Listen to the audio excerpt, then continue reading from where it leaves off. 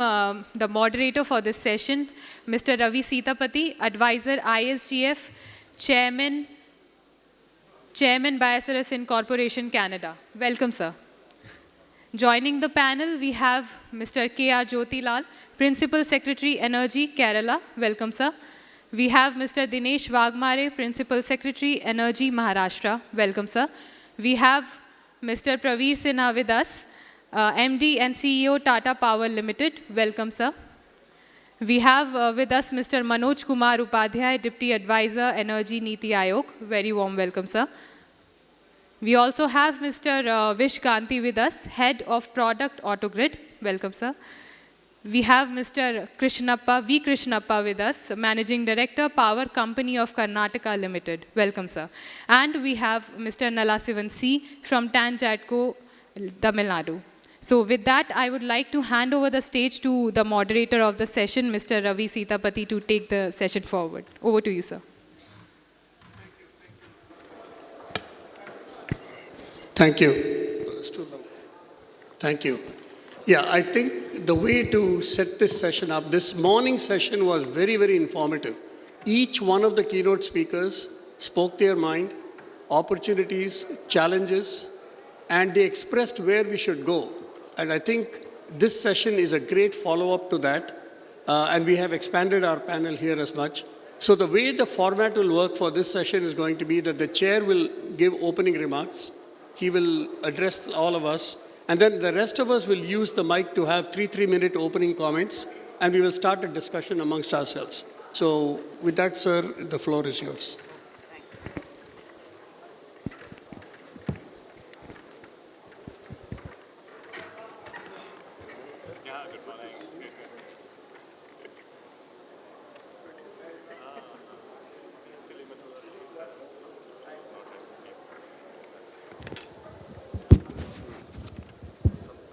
Thank you.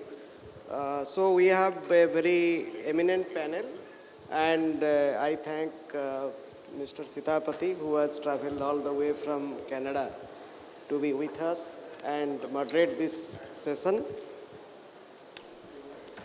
So this session is about how the distribution companies, utilities are going to meet the challenges of energy transition. That is, you see, until recently, our RPO obligations were very modest. But after COP26, the RPO has gone up really substantially. This year, it is about 24%, and by 2030, it is going to be more than 43%.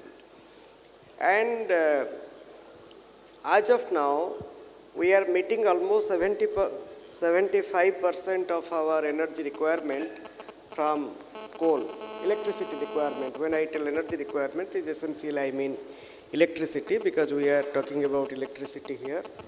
And we have set a very ambitious target for ourselves. That is by 2070, we would be net zero.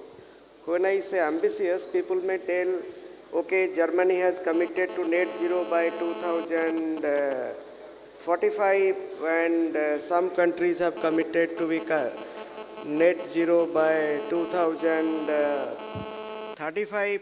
So why 2070 India actually calls it is a very ambitious target? It is ambitious, I feel, in the sense that, as I told in the opening session, our per capita energy consumption is very low now, and it is really set to increase in leaps and bounds. And we cannot actually, I perceive renewable energy from a different perspective. It is not only from the point of view of RPO, it is also from the point of view of meeting the increasing demand. Because now the solar and wind, the cost has become very, very competitive, and maybe in another 10 years, I think the experts would going to tell about it, solar plus battery could really be cheaper than thermal power. So this is the projection. In fact, this is a projection made by Bloomberg.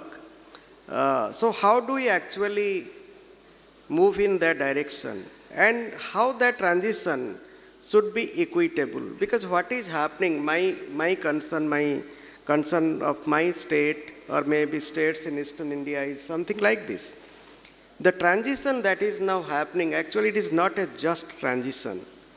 The RE development, whatever is happening, it is actually concentrated in 7 to 8 states, having solar potential, relatively higher solar potential, wind potential. An entire ecosystem is being built actually in these states around solar and wind. And certain policies actually, like the interstate transmission charges waiver, definitely this policy was introduced with a very, very noble objective to promote RE. But then a time has come probably to examine whether it has created a market distortion. And like our Honourable Minister spoke, maybe we have lower CUF, or maybe we don't have as much of barren land available as in Rajasthan or Gujarat, but then given a fair opportunity, we could like to develop floating solar locally to meet our needs.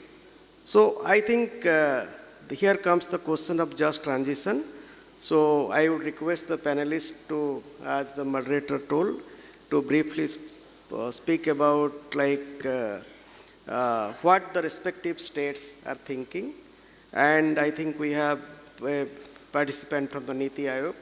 What is the level of thinking at the national level, and how companies like Tata Power are also planning to meet the future energy demand from renewables and then be net zero, if not too earlier, but at least by 2070. Thank you. Thank you, Mr. Chair. Thank you. So what I would cross-panel discussion on some of the key issues that may emerge, or certain issues where there may be differences of opinion on what each one may think as well. So I'm going to start with Mr. Jyotilal and go all the way through this way, and after that we'll come back to the two of you.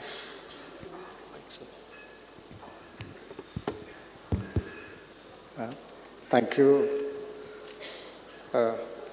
In fact, we have announced that our state, Kerala, will be net zero by 2050. If you have to become net zero, mostly I think energy sector and transport sectors, I think maybe agriculture, construction, all the other fields, not much, because we have got almost 30% area under forest. Our industries are very limited in number. Main emissions come from mainly transport and maybe energy consumption. So out of 6,000 megawatt, which is our requirement, we around 2,050 megawatt we generate through Hydel project. So in that way, if Hydel is also taken as part of SPO, is now RE comprised SPO. So roughly we can say now we are around 39% is taken care of by the renewable. So we are trying to achieve almost 59% by 2030. So that by 2050 we can be 100% RE and 100% maybe carbon neutral. So the key challenges is, one is I think we need to move from the supply driven approach to demand driven approach. We need to use some data is the key. So I think open data networks, actually we we developed the protocol for open data networks. In fact, open grid is one concept which we are promoting. So whether it is, as I said, whether it is molecule or it's energy or it's a radiation or what is a solar, it's the same. As I said in the Gayatri Mantra, Om Bhurbhuva, the materialization, vibration, radiation, all the three, whether it is radiation, which is solar, material, that is molecules, whether it is hydrogen or it is hydrocarbons or it is electron. So I think it's the same, basically energy. So you need to look at an open grid with integrated grid. So comprising all sorts of energy. With the solid oxide fuel cells, now even gas grids, you can generate power. So one is predict the demand. Then second is how do you balance it? Instead of a supply, I have got so much of supply and okay, if you want, so supply driven approach to demand driven approach. Second is open grid, integrated grid and digital platform, so that you are able to predict the demand. That is the first thing which you are looking at. Then we, as I said, now with a lot of changes are going to happen with the EV introduction, electric vehicle introduction. Second is RE. We are planning something around 9 gigawatt is our potential. So the excess energy what we are going to generate, we need to convert into storage. Storage is the key. Storage, various solutions now, innovative methods which are planning. One is with the smart grid forum, we have requested that maybe at a pilot project on vehicle to grid. So that instead of mass storage, mass storage is required, but storage by masses also we can promote. So V2G, the standards need to be notified by Government of India. Then I think once you have got a smart grid, it's easy, so that the vehicle owner himself will also generate some income. Like we did with the farmers, PM Kusum, we took the NABARD loan, so we paid, so the farmer at the end of the project period, he will be getting, actually revenue from the solar pump or the solar what power is generated. So we ensure the repayment for the farmers. I think this is a good, that's an innovative concept. Second is, how do we make sure that the power utilities are also not, their finances are much better. In fact, last year we made a 700 crore profit just by selling power. So it's a beauty of the thing is that now with the open grid or the grid across the country and covering Bhutan, Nepal and India, anyone who produces can sell the power at to the grid and make. So maybe this year we are expecting something around 1,000 crore, we should be able to make profit.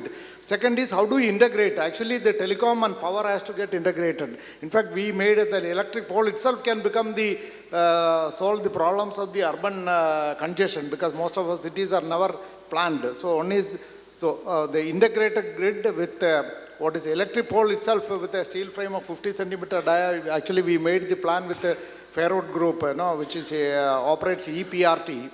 So this will, you can put a 5G network, you can put the solar panels on side, the top, you can put the electric PRT, then you sell all the power utility, water utility, then gas, everything can go in that duct. Probably due to paucity of time, I am not able to show this thing, but I will share those details. I think that's a good solution, integration of telecom, power and all other utilities into one, so that you make a right of way which the power utilities are having can be made. That's the biggest network available. If you can send electrons, or why not you use the same network for even logistics and mobility. In fact, I would request all of you to visit Kochi, where the world's first energy observer is already there in Kochi, where you don't need you can live in harmony with nature with zero carbon. That is, carbon to hydrogen has to happen, and India has to lead the world, and it will lead once you shift from carbon to hydrogen.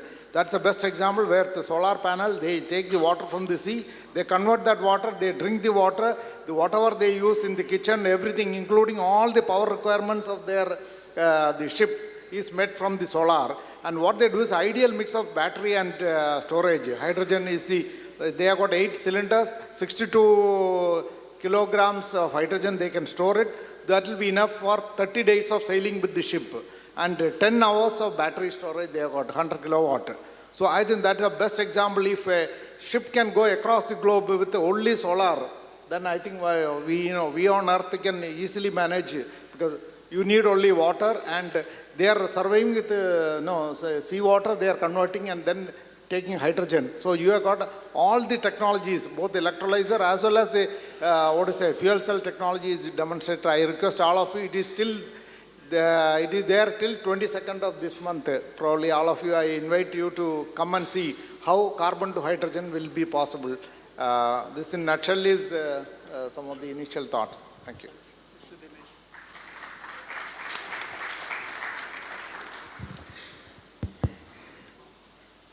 Good morning. India's 2030 goal of 500 gigawatt renewable energy is there. And basically, in Maharashtra state also, we have targeted to rise up to 50% of non-fossil fuel-based generation by 2930. And advantages of renewable energy, we know that is inexhaustible energy, and there is a lot of reliability and resilience, less global warming. In fact, now the energy mix of Maharashtra is that almost, thermal is almost 58% and gas is just 3%. Hydro is 8%, nuclear is 2%, and renewable energy is 28%. There is increasing share of renewable energy connected to MV and LV network. And for MV network is a Mukhyamantri Saur Krishi Vahini Yojana. So before actually, in fact, Kusum component A was introduced by Government of India. Maharashtra actually way back started this Mukhyamantri Saur Krishi Vahini Yojana, where actually solar feeders were segregated. Almost 4,500 solar feeders were segregated. And many actually feeders are now converted into solar. The contracted capacity is now 1,479 megawatt. LOA has been issued for 920 megawatt. And the commission capacity is now 545 megawatt. And a lot of AG consumers have been benefited out of this scheme. Along with that, this PM Kusum Pradhan Mantri Kisan Urja Suraksha Uttam Mahabhiyan is there, where actually MNRE has sanctioned 500 megawatt capacity to us. And we have finalized tender for 210 megawatt, and presently the progress is low. So basically, while implementing these schemes of segregated agriculture solar feeder, one of the main challenges we actually faced basically about the land. In fact, a lot of renewable energy projects are coming into state of Rajasthan, and where land is quite cheap.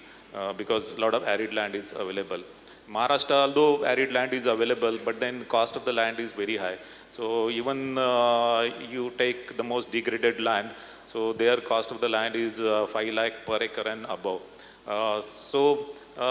We actually, as the government of Maharashtra, in fact, we sorted out this issue. So we are giving around 30,000 rupees per acre for land as a lease rental. And in fact, we have given option either 30,000 rupees per acre, or if you calculate the ready reckoner of the land, 6% of the ready reckoner of the land. So that comes quite high. And many farmers are basically now will come up to give their land on lease rental basis. And MSEDCL has actually made a land bank portal. It's online portal, so where farmers can register their land. And basically, it's a plug and play facility, so land is actually easily available from the portal.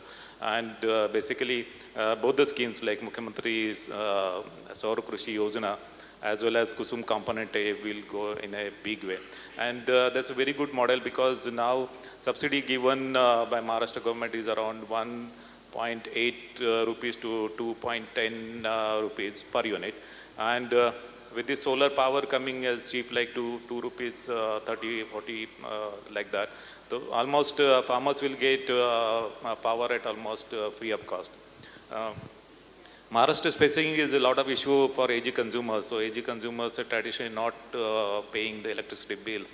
And in fact, the share of electricity consumption is quite high in Maharashtra. Almost 40% of energy is consumed by the farmers, and recovery from the farmers is very poor. Almost 45,000 crore is outstanding from farmers. So that's a big issue for the financial viability and sustainability of distribution companies. And once we sort out this issue with the help of this renewable energy, so the problem will get sorted out, and basically our distribution company will also come into profit. In fact, of course, we are going to introduce more and more renewable energy, and by 2030, almost 50% power will come from renewable energy. But along with that, there are many challenges as far as the grid reliability, stability is concerned, because we know that renewable energy has their limitations, because one thing is that renewable energy is infirm and it is distributed. And in fact, because land cost is very high in Maharashtra, so most of the renewable power locations are in Rajasthan, so where we have to actually import this renewable energy. And there are certain transmission constraints in terms of interstate transmission corridor. So in fact, that is quite limiting factor. And then actually, as far as the grid stability is concerned, so let us say there's a wind farm is there, so 1,500 megawatt wind farm, and suddenly if the wind stops blowing, and if it doesn't blow for another 1 month, so that becomes a very threat to the grid reliability. So these issues basically we have to sort out. Battery energy system is a solution, but currently the price is basically not economically viable. In fact, if you combine solar with battery, the price, I think the tariff will come to around 5 rupees, 6 rupees, but still it is very high. So we have to find out solution over it. Green hydrogen is one of the actually very challenging area, and Maharashtra has a lot of potential. And basically green hydrogen will be basically used for many of the process industries like steel industries and refineries. And also green hydrogen can be exported. And a lot of project developers are coming in Maharashtra to set up project on green hydrogen. Also pumped hydro is also one of the very, in fact we have a lot of sites for pumped hydro, and there is a lot of huge potential of pumped hydro. Almost 20,000 megawatt plus pumped hydro potential is there in Maharashtra. So if you combine like solar plus wind plus battery energy plus pumped hydro, so that will basically pave way for decarbonization and non-fossil fuel. So there are some challenges in green hydrogen also to make the project viable. One thing is that banking charges, reduction in banking charges, and then basically banking, unrestricted banking has to be there. So now banking is allowable. If you bank in peak period or non-peak period, you can actually basically extract that energy during non-peak period only. So, so that is, and in fact, even green hydrogen developer follows a model of hybrid, solar plus wind. Even then peak, at the peak period of evening peak period, so distribution company has to procure power at a higher rate and give it to green hydrogen developer. So these challenges has to be sorted out. So basically, these are some of the issues as far as the Maharashtra is concerned. Thank you much. Thank you very much. I think a lot of things have already been covered by the chair as well as Mr. Jyoti Lal and Mr. Dinesh Bagmare. But let me come specifically to the few issues mentioned in the topic for discussion.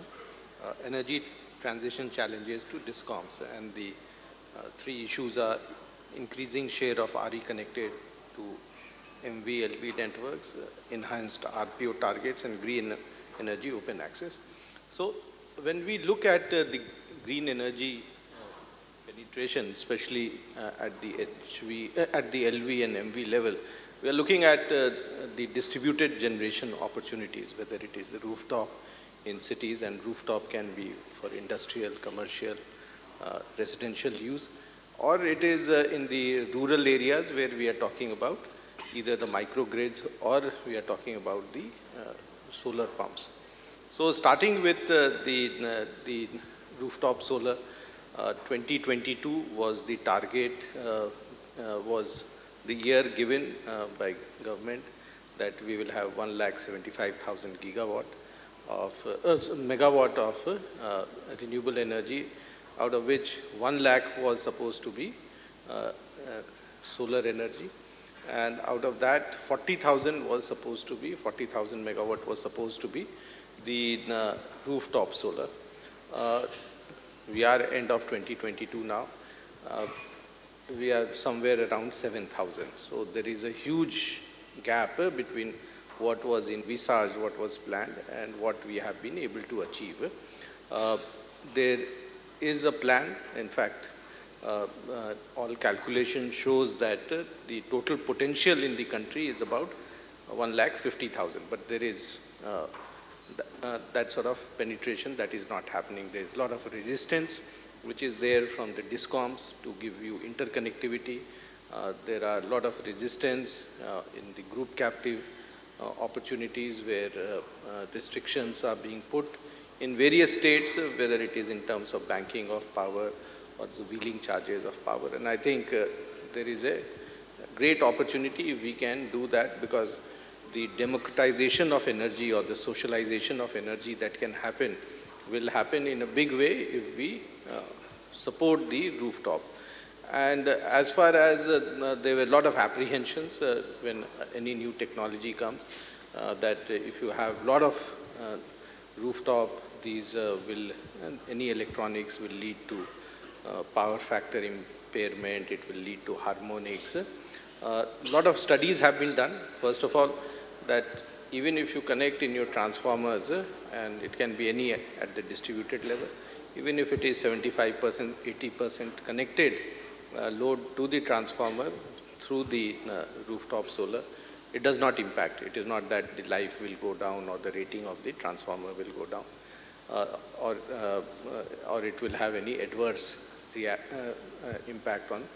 The second is there is harmonics. There is a lot of harmonics that comes in, and to that extent you will have to put equipments to take care of the harmonic improvement. Of course, the best equipment to take care of harmonics is a storage battery. We carried out this experiment in Delhi where we put a 10 megawatt storage battery, and we found that the quality of power improves. It's like a shock absorber, and it absorbs the whatever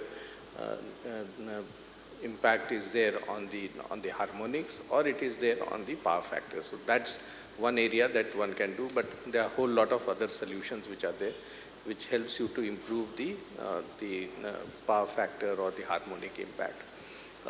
The second issue I mentioned was about in rural areas, solar pumps. In our country, we have nearly 3 crore pump sets which are put in the country, out of which 90 lakh pump sets in the country are running on DG sets. Kusum program talks about taking our present solar pumps of 3 lakh to nearly 40 lakh.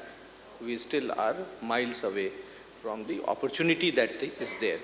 And I think Kusum should not become the be-all and end-all in terms of the opportunity that we can really transform in the way the energy can be used for irrigation purpose. There are very good models which are being prepared in some of the states, whereby it is not only that the solar pump will be used for pumping water for irrigation purpose, but also the additional energy can be given to the grid, as also in some of the microgrid solutions that we have seen, that the additional energy is also given for some of the other industrial and commercial activities, atta chakki or flour or the oil expeller or any shop also. So it becomes a revenue earner for the farmer. So if it is structured properly, where the 30% grant from the state government and from the central government and some grant from the state government is given, once and for all, the challenge that all the DISCOMs face, that when they supply to the farmer, nothing is collected and you give the power free of cost. In fact, that is one of the ways that we found that in many of the states, that the inefficiency of the DISCOMs is being reflected. In fact, in one of the states, we did the calculation and showed that if this is the amount of energy that is being consumed by all the connected pump sets, then they would be running those pump sets for 28 hours in 365 days. So that is the type of, so then of course they said that these are not 7.5 or 5 HP, these are 15 HP because the water table. So I think the main point is that there is a huge opportunity for using solar pumps in the villages, and thereby one can prevent the DISCOM losses which is there, which goes in by way of free power supply or no tariff on the farmers which is there. The second area is about the enhanced RPO targets. Again, our targets we have not been able to meet. There are some states which have done very well, some states have not done. We have the overall average in the country in 2021 should have been 18% as per the RPO trajectory. Our average was about 14.5%.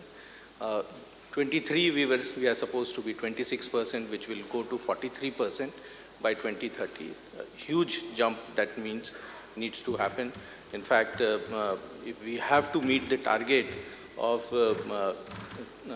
350 gigawatt of new renewable capacity to be added, and if we remove the hydro capacity addition, it's nearly 300 megawatt. That means in next 8 years, we need to add nearly 30 to 35 gigawatt per year.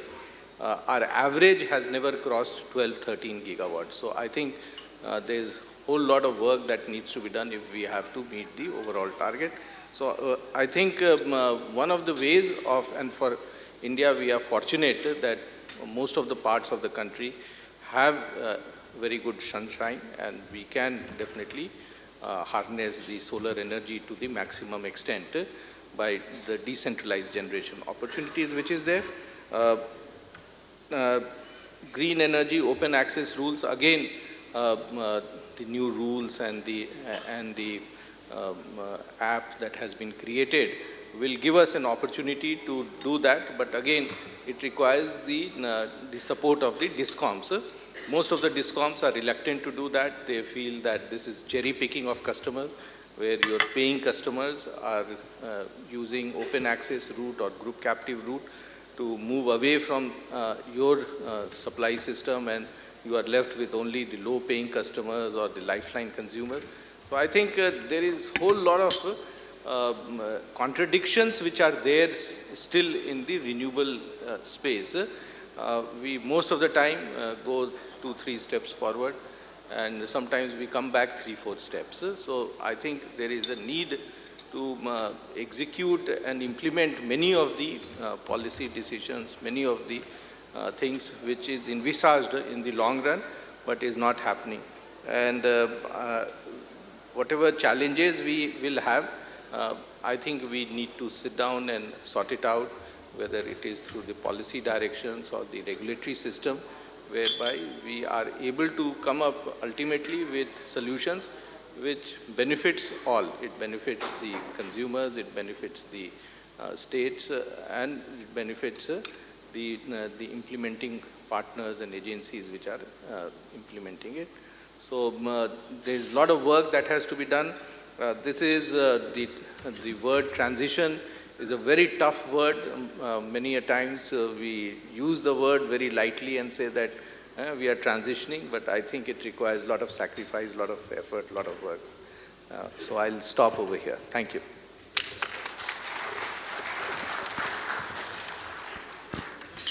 Thank you, sir. The first session was very enlightened, and Mr. Saab already given all the policy directions that what to be required from DISCOM side. So I'm from NITI Aayog, and we have taken some initiative for energy transition and DISCOM reform. Like we are aware that we have a limited carbon space, and it is not equally distributed and developed world they're using more carbon space.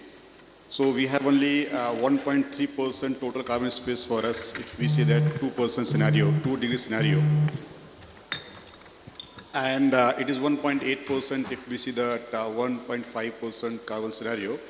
In that case, from 1850 to 2019, we have only utilized 52 gigaton carbon equivalent of the carbon space. And out of that, we are doing some modeling that what would be our net zero scenario, and how we can see that energy transition and what are the renewable energy penetration.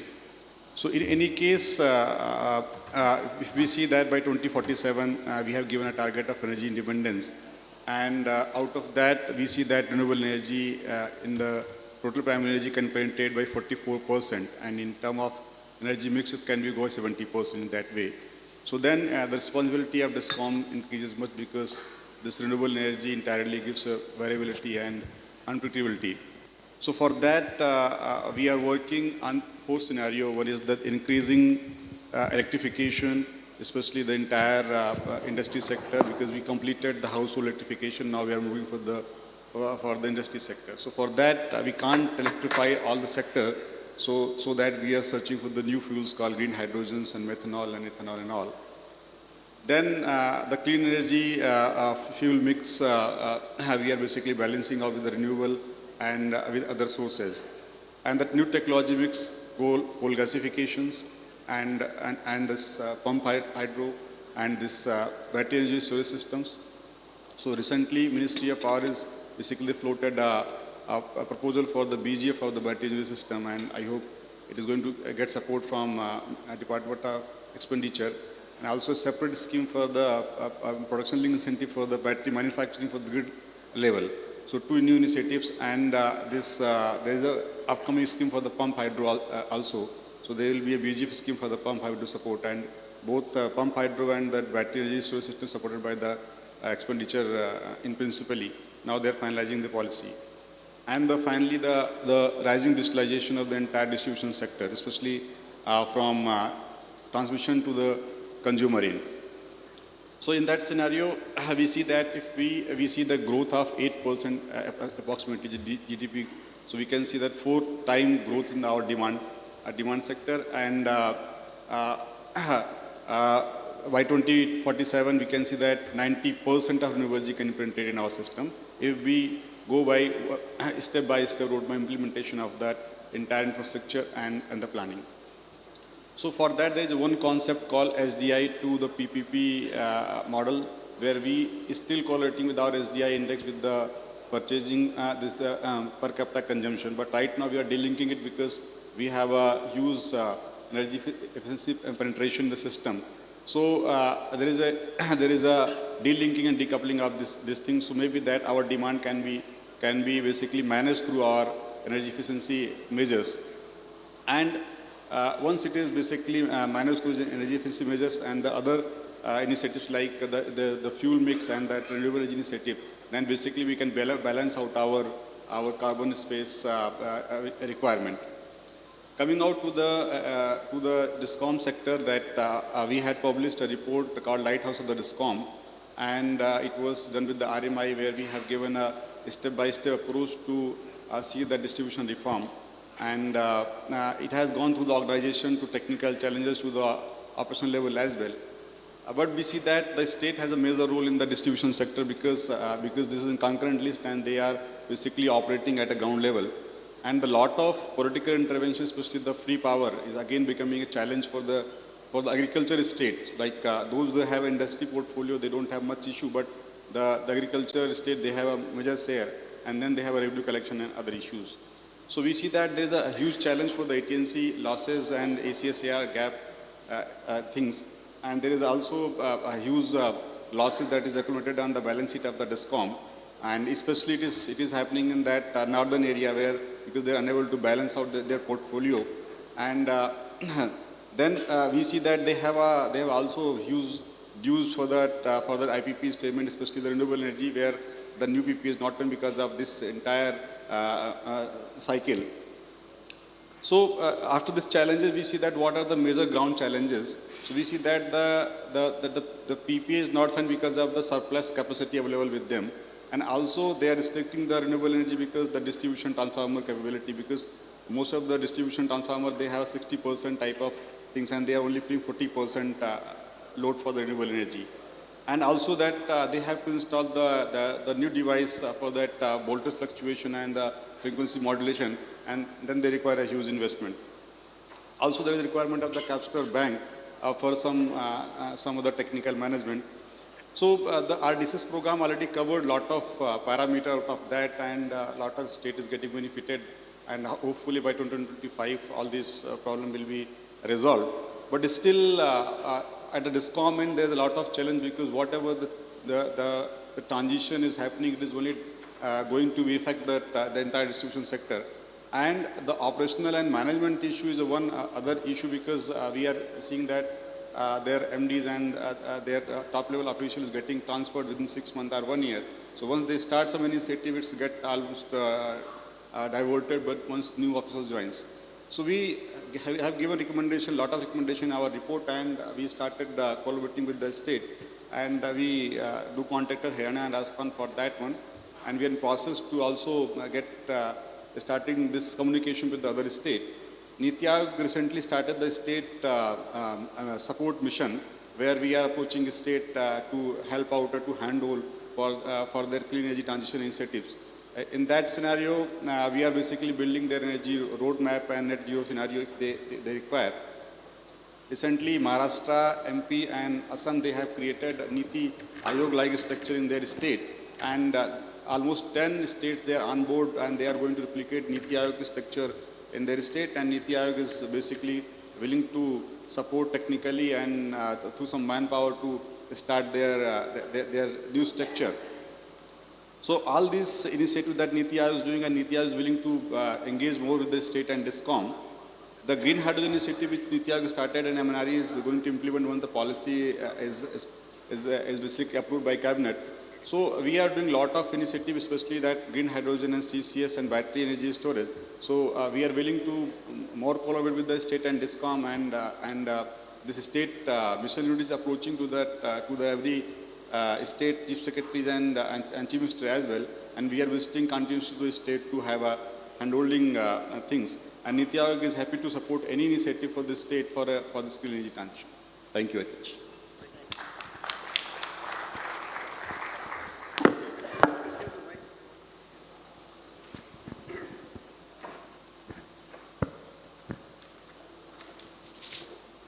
First of all, thank you so much, and very insightful comments so far. And I'm extremely proud and happy to share a dais with such an esteemed panel.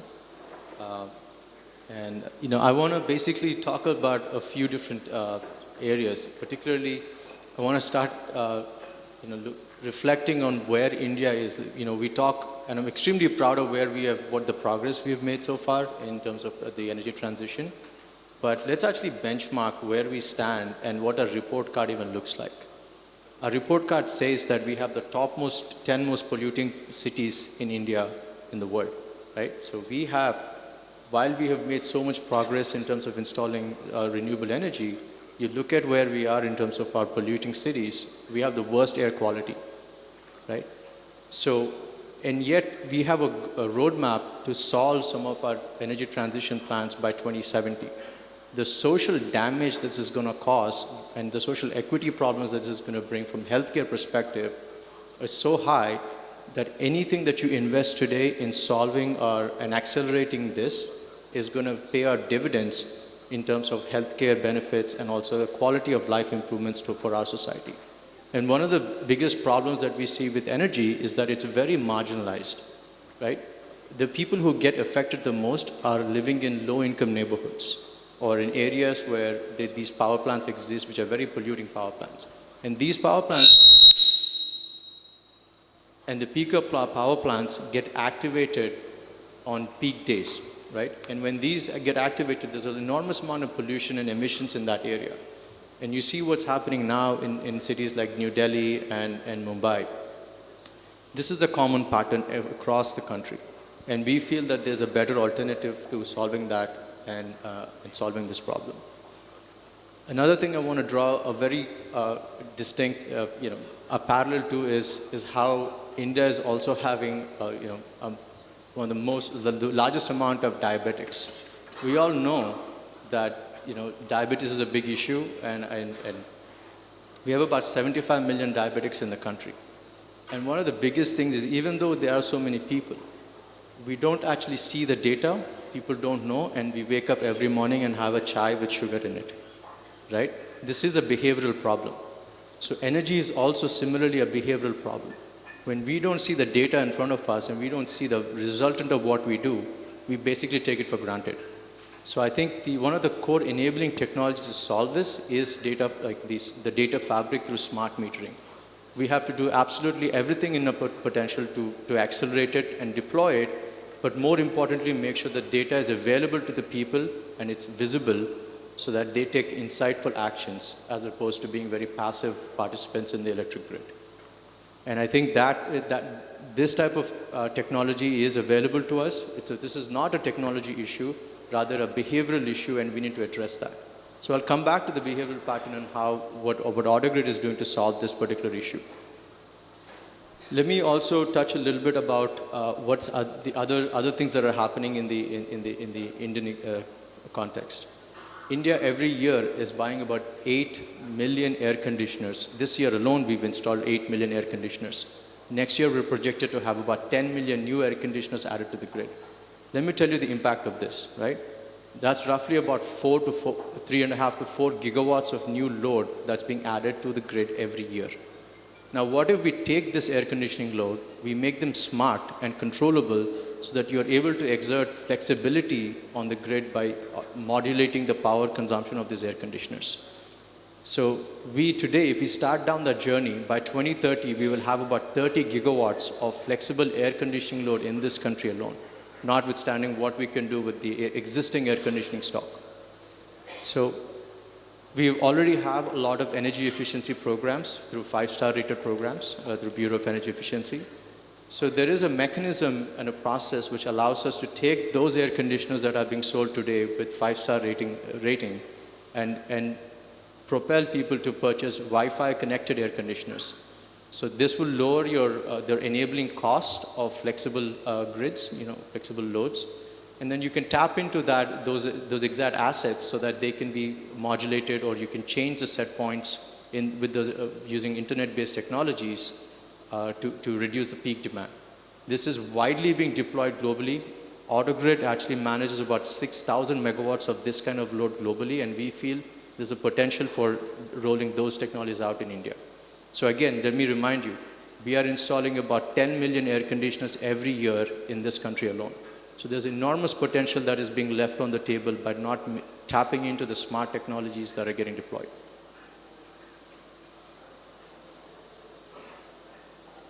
So one of the interesting things that we have I've heard a lot in the utility sector is nobody wants to be the first, right? There's always this philosophy that we want to follow because we're not risk takers.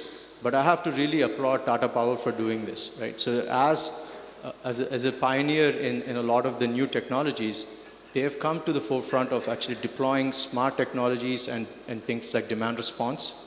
And they're the first ones to bring it not just in a pilot level, but take pilots to scale. So just to give you an example, last year, and this year alone, we've actually managed to enroll about 25,000 participants in New Delhi in a demand response program. So at that scale, we're not talking pilots, we're talking scale. This year, in 2020, by 2023, we hope to have about 80,000 participants in our demand response program. That's in New Delhi alone. We're also scaling that in Mumbai, wherein we will have about 40,000 to 50,000 participants in demand response programs. These participants are not just in for money. One thing that was actually very insightful for us as we ran these programs is that there's a decoupling between what you pay them and what they give back to the grid. This is actually something that we proved with our own data. Instead of relying on other studies, we basically saw that regardless of what you incentivize the customers, they are willing to participate and be part of a greater good. And it's all in the social messaging and how you bring them to the table to help this. So we call this the power of activating collective human action to solve the challenges that we have happening in the grid. So all in all, what I want to distill this conversation into is that next year, we're going to be exactly where we are this year with the peak demand problems. We can rapidly deploy these solutions in India so that we are much better prepared, and we can bring people into this mix, and actually by recognizing the agencies, and we talk a lot about social corporate responsibility. There are a lot of companies now who are very much interested in participating in grid-based, the clean energy programs, and they want to be recognized. Much less they probably don't even care about the incentive that you pay, but they want to be recognized as ambassadors and stewards of the clean energy transition. That messaging is something that's been encapsulated, and we've seen that work really well in India. So one of the programs that we are partnering with Tata Power and launching in India is called Urja Urban, giving back power to the grid.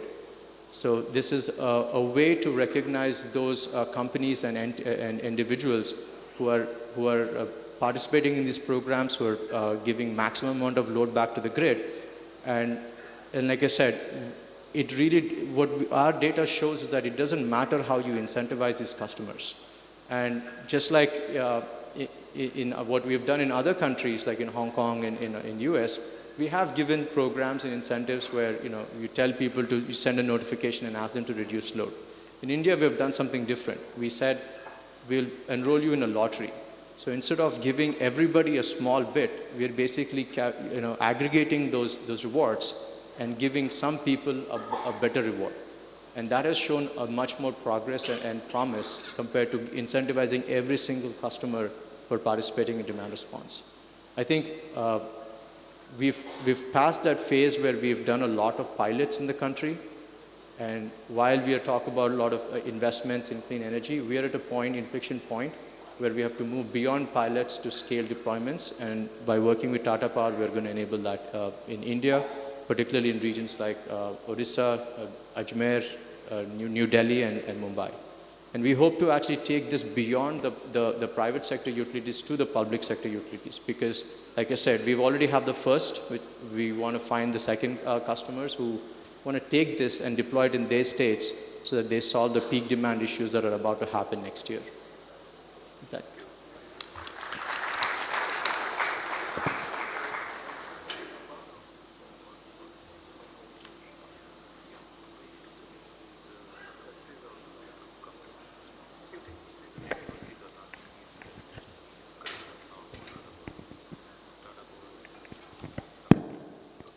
Namaskar.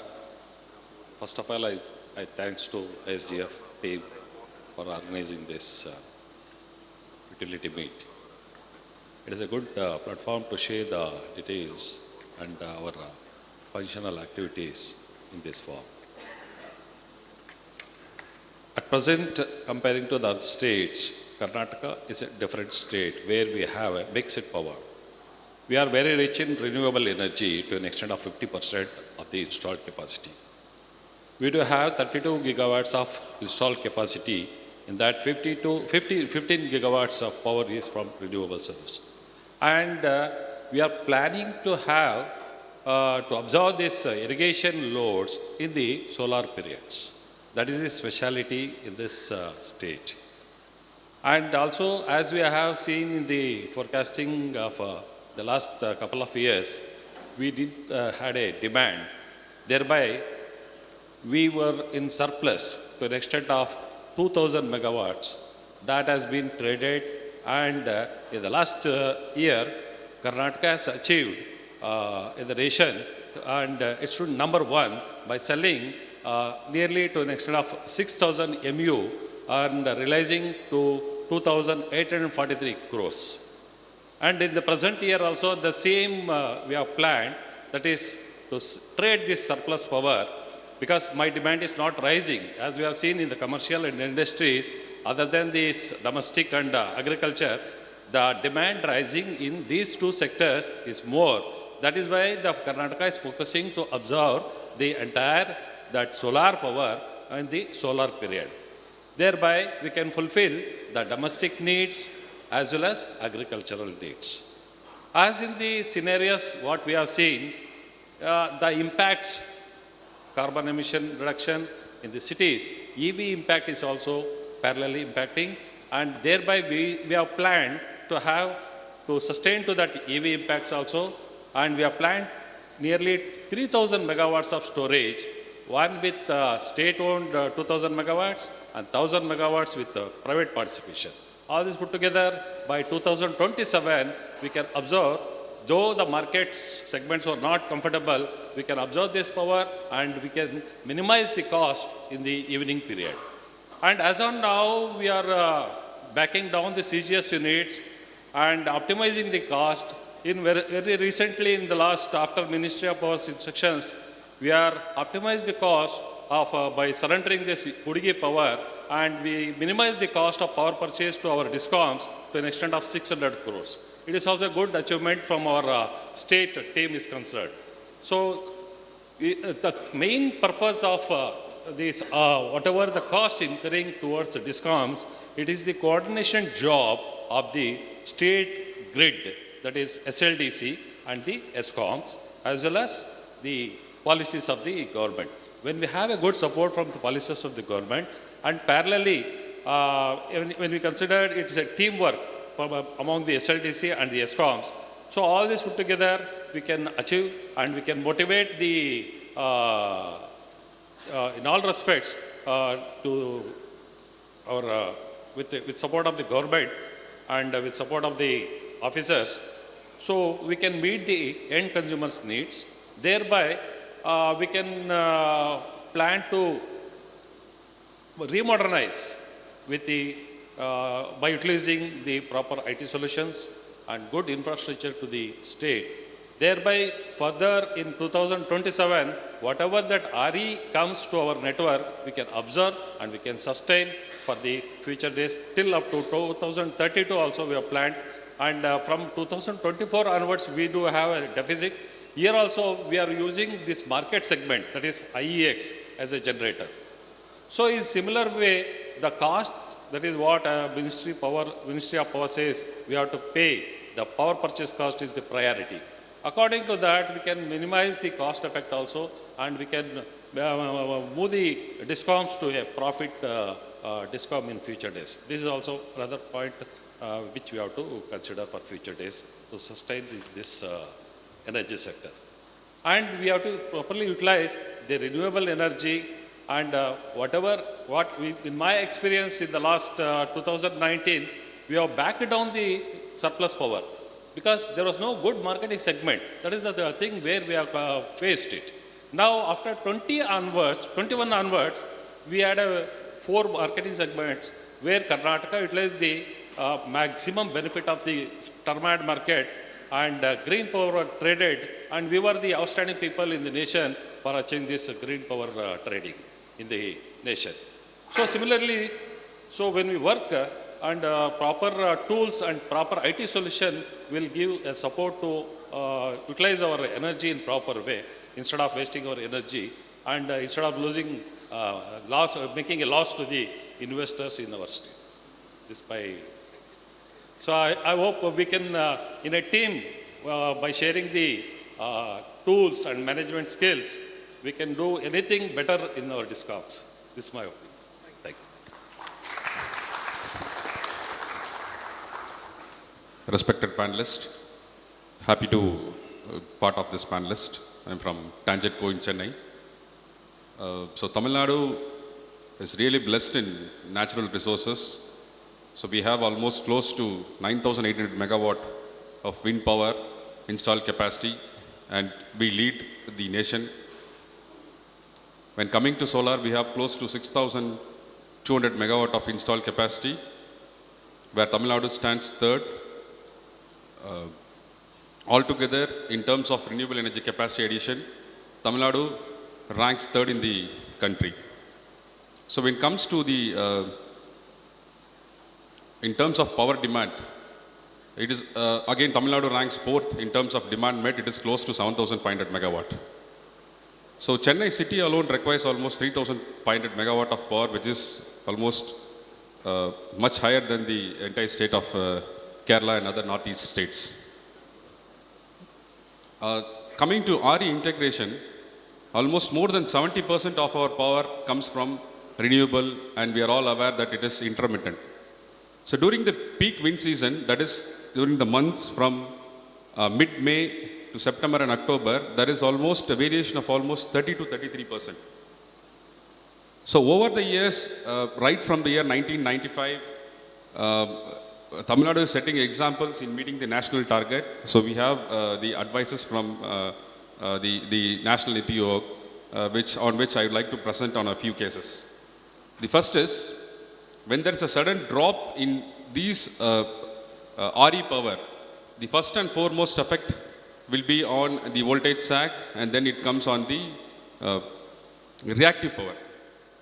So what we have done in TANGEDCO is we have converted few of the old stations wherein we can make them sustainability work as synchronous condenser mode of operation. So my request is the DISCOMs has to be incentivized for taking up such initiatives.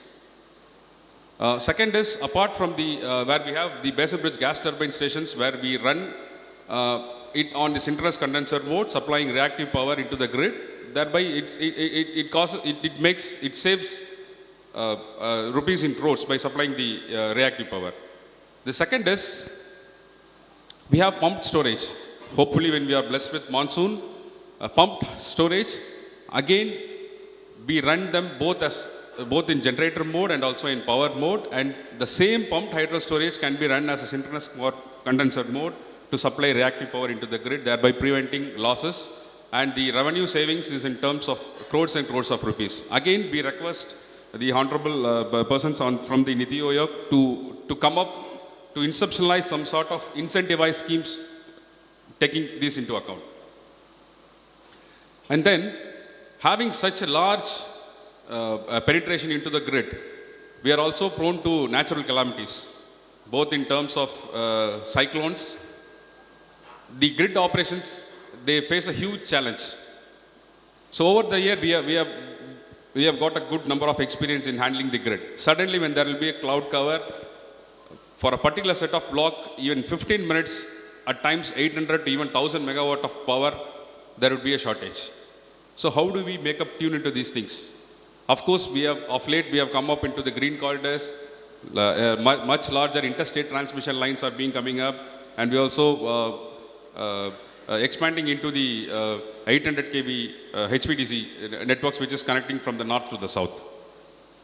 And then if we take on the potentials, in spite of having the existing thing, the untamed potential is, in terms of wind, is almost 30 gigawatt, and offshore it is almost 35 gigawatts. And Tamil Nadu is few among the states to have met the RPOs.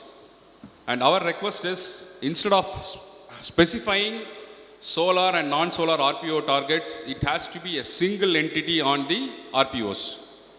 You shouldn't distinguish or categorize into solar RPOs and non-solar RPOs, because few states would be able to meet as on a national scale, few states couldn't.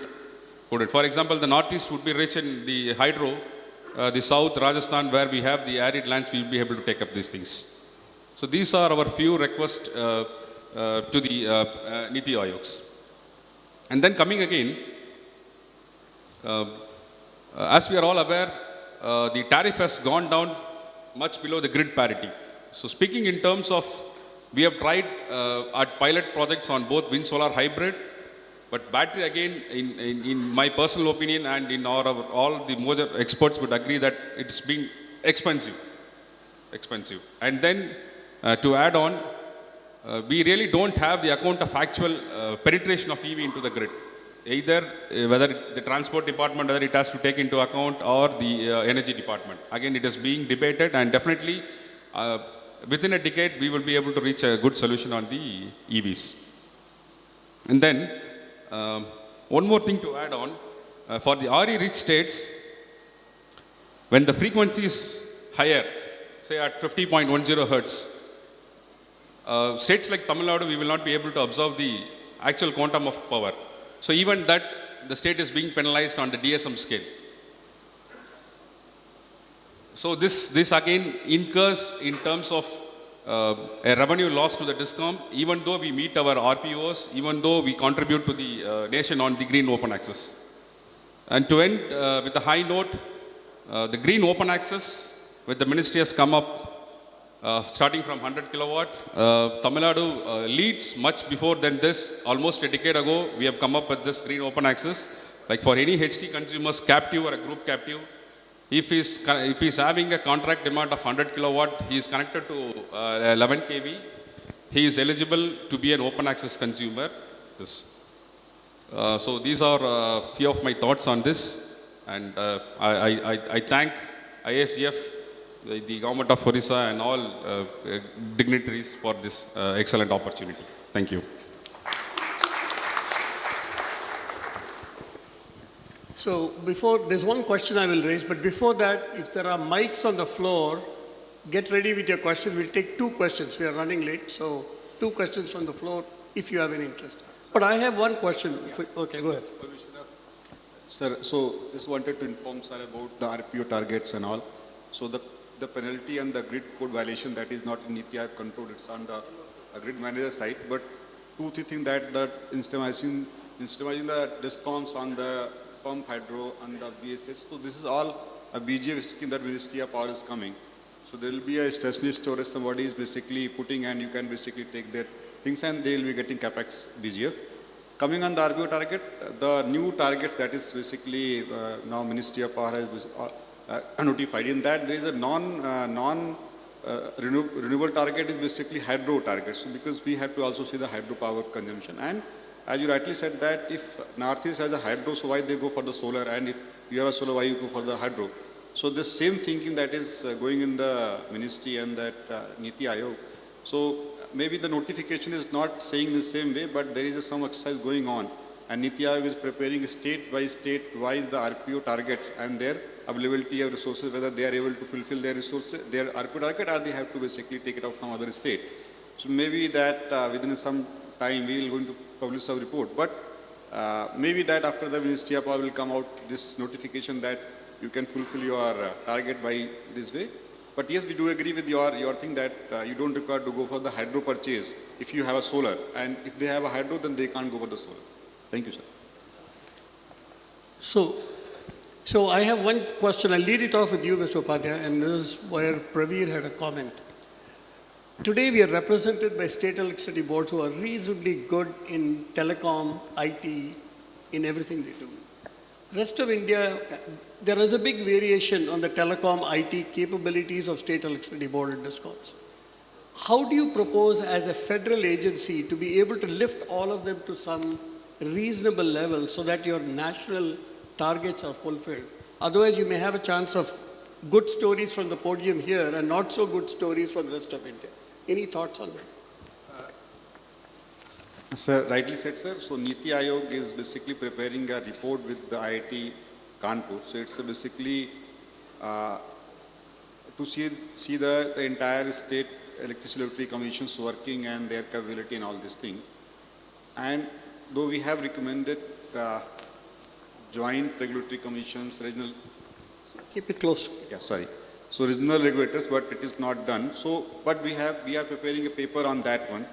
And we are also thinking in the same way that the time is there that we have to strengthen our regulators, especially the energy transition side.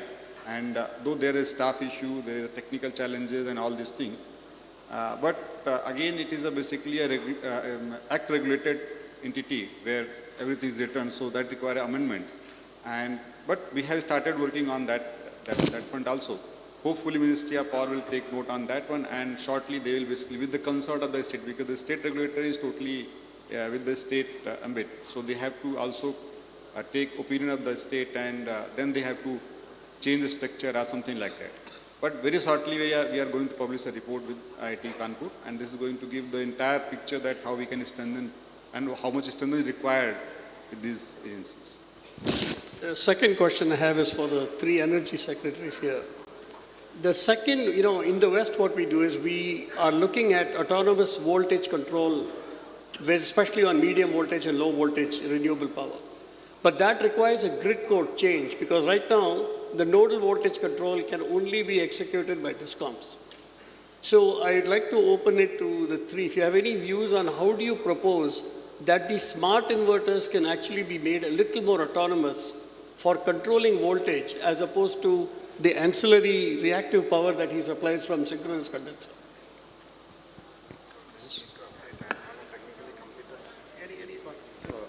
Definitely, I think. No, this is a fairly technical question. So I think, no, NITI won't be able to respond to it. So Dr. Sinha or maybe somebody from the, yeah. Sir, one supplement on that. Ministry of Power has constituted a committee under the chairman of CA. So they are reviewing grid codes right now.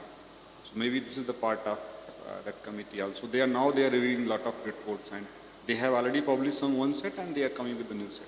So they are reviewing. So it's very important. It's very important. It's so maybe that ISGF can send this report to the Ministry of Power and CA. They can also. Since this is a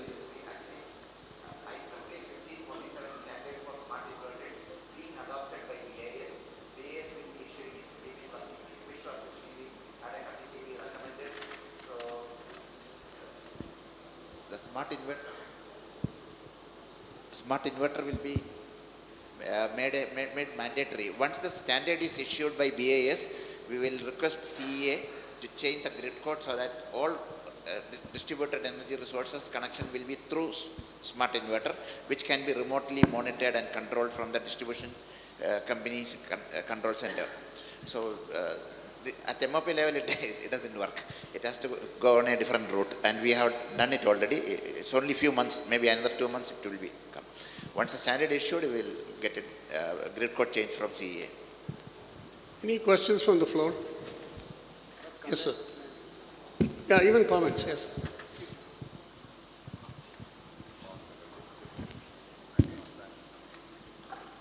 Thank you for very enlightening discussion which has ensued. And I was hearing some of the speakers speaking about achieving the RPO target and not able to fulfill the promised achievement as far as the renewable energy is concerned.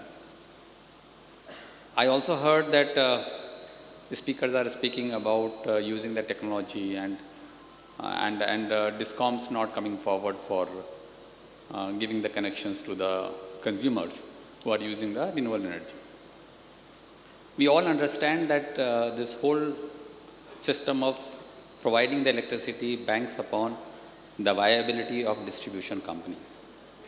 So how is it that we are looking and probably not taking into account the viability, the financial viability of the distribution companies while we try to achieve RPO targets? We all have heard that there are variability in the renewable energy sector.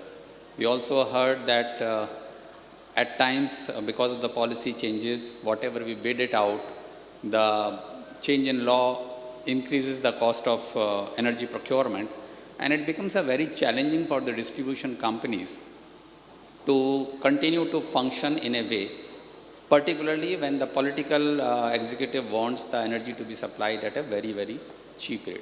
So how is it that the RPO targets to be achieved while we don't take into account the viability of the distribution company? Is there any thought on that I would like to hear from any of the speakers? Thank you. Very interesting. So anybody would like to? Actually, Sanjay and I know each other since 1990, since we were together in IIT Delhi. So in fact, that is a very, very important point you have raised, Sanjay. I was to tell that in my closing remarks. In fact, global experience is that as we adopt renewables, the cost of power actually goes up. And then those countries or those societies, actually there is a culture that they adopt that increase in cost as a basically cost for transition from coal to clean energy. But somehow that kind of political and social discourse has not yet happened in our country.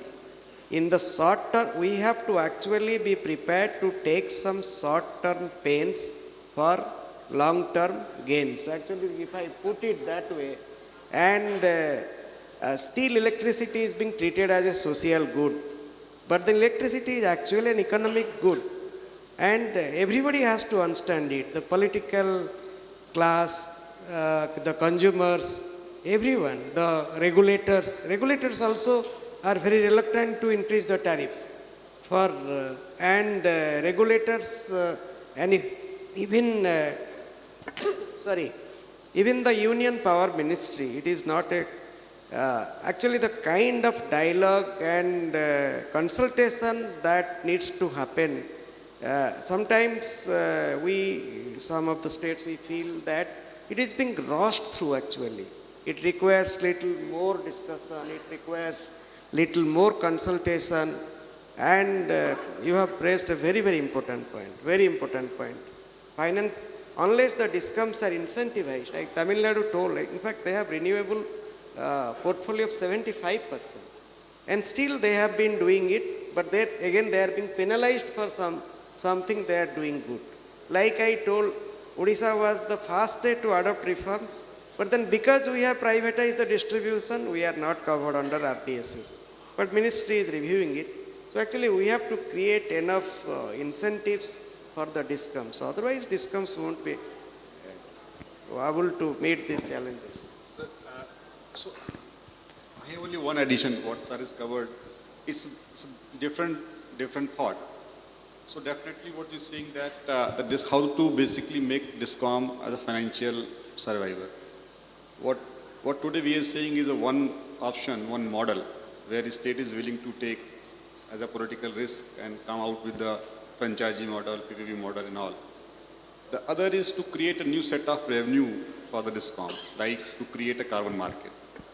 Maybe it is a very long process. It is not happening very soon. But yes, this may be. And second, what my colleague was saying about the behavioral changes. So PM announced the life mission, and maybe it is very long process, all the things. But yes, there are some different planning things and different targets. But what sir is saying is really, really correct, that this is totally a political decision. If you wanted to adopt, if you wanted to go for the clean, then you have to sacrifice. And how you want to sacrifice, that is your decision.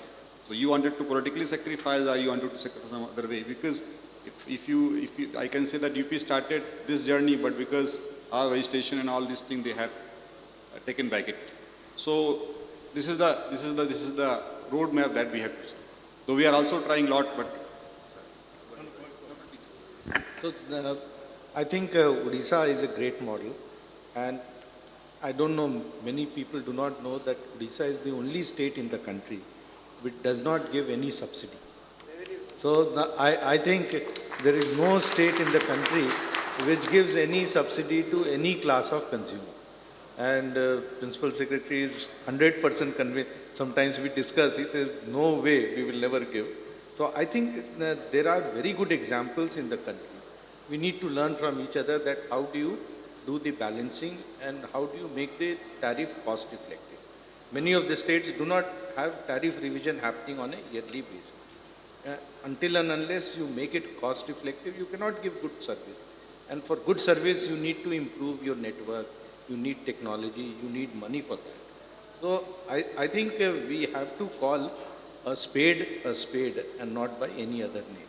Most of the time, we push it under the carpet and say that this is regulatory asset, this is something, money not coming from the government and all that. I think we are only pushing the problem but not sorting it.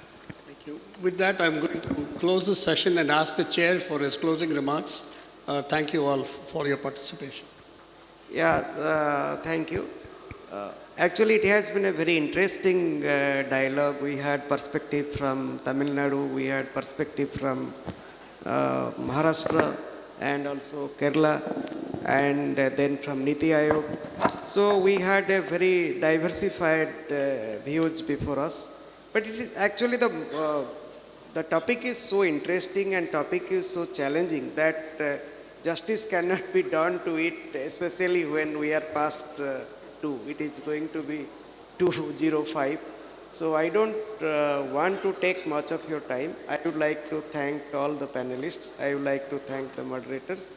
And my suggestion would be, if NITI Aayog can take the lead, or maybe you could basically pose it to the Power Ministry, there could be a task force which actually deliberates on this, how the DISCOMs could be incentivized and what kind of support that is needed to ensure that they consume about 50% of the energy from renewable sources by 2050. Because every state, there is no straight jacket actually to it. And like Tamil Nadu has been telling, we have also been telling that there should not be any categorization of RPO. But then Government of India wants to promote hydro and things like that. But thank you very much for your patient hearing. And we could not give much time and opportunity to the audience to really participate. I think as session chair, I would like to apologize for that. But I now invite all of you, I think, to enjoy the lunch. Thank you. Thank you so much to our chair, moderator, and all the panelists for a very insightful session. We will now